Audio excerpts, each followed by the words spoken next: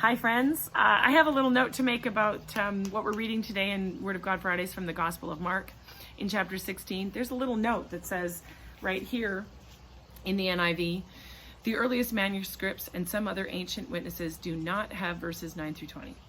So I thought what I would do is give you what information I have. I know this is supposed to be nothing but the Bible, but sometimes when you see that, it might cause you to doubt and have some questions. So I thought I would give you what I have. I am reading from the ESV. This is my study Bible.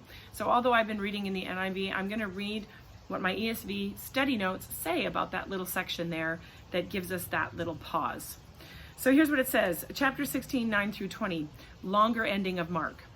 Some ancient manuscripts of Mark's gospel contain these verses and others do not, which presents a puzzle for scholars who specialize in history of such manuscripts. Thank goodness there's people that are specializing in this.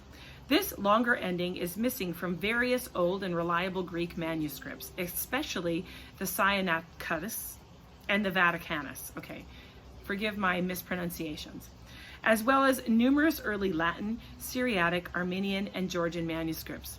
Early church fathers, example, Origen and Clement of Alexandria, did not appear to know of these verses. Eusebius and Jerome state that this section is missing in most manuscripts available at their time, and some manuscripts that contain verses 9 through 20 indicate that older manuscripts lack the section. On the other hand, some early and many later manuscripts, such as the manuscripts known as A, C, and D, contain verses 9 through 20, and many church fathers such as Irenaeus evidently knew of these verses. As for the verses themselves, they contain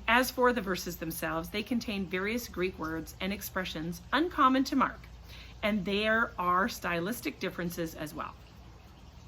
Many think that this shows that verses 9 through 20 to be a later addition. In summary, verses 9 through 20 should be read with caution. As in many translations, the editors of the ESV have placed the section within brackets, and like I said, my NIV does that, showing their doubts as to whether it was originally part of what Mark wrote, but also recognizing its long history of acceptance by many in the church. The content of verses 9 through 20 is best explained by reference to other passages in the Gospels and the rest of the New Testament.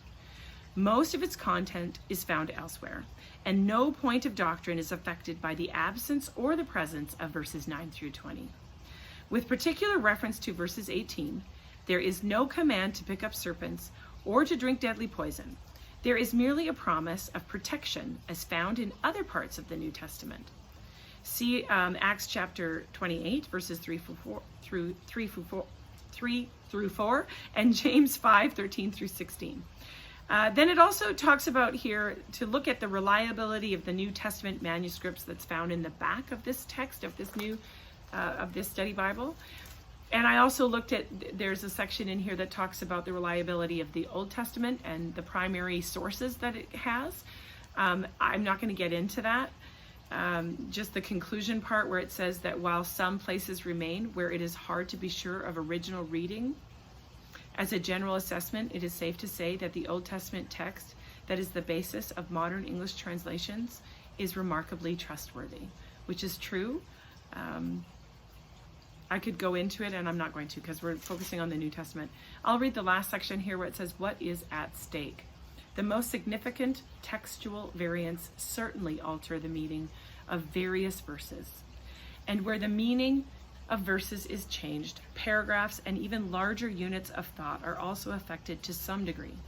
At times, a particular doctrine may not, after all, be affirmed in a given passage, depending on the textual variant. But this is not the same thing as saying that such a doctrine is denied. Just because a particular verse may not affirm a cherished doctrine does not mean that that doctrine cannot be found in the New Testament. In the final analysis, no cardinal doctrine, no essential truth is affected by any viable variant in the surviving New Testament manuscripts. For example, the deity of Christ, his resurrection, his virginal conception, justification by faith, and the Trinity are not put in jeopardy because of any textual variation. Confidence can be therefore placed in the providence of God in preserving the scriptures. In some, although scholars may not be certain of the New Testament wording in a number of verses, for the vast majority of the words in the New Testament, the modern English translations accurately represent what the original authors wrote. And therefore, these translations can be trusted as reproducing the very words of God.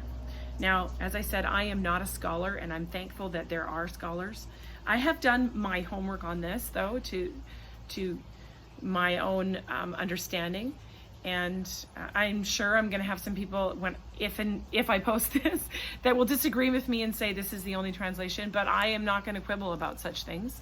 It's not necessary. So if you feel like you need to do more research to show the reliability of the Bible and the biblical manuscripts, then I encourage you to do so. That doesn't worry me at all. We'll see you soon.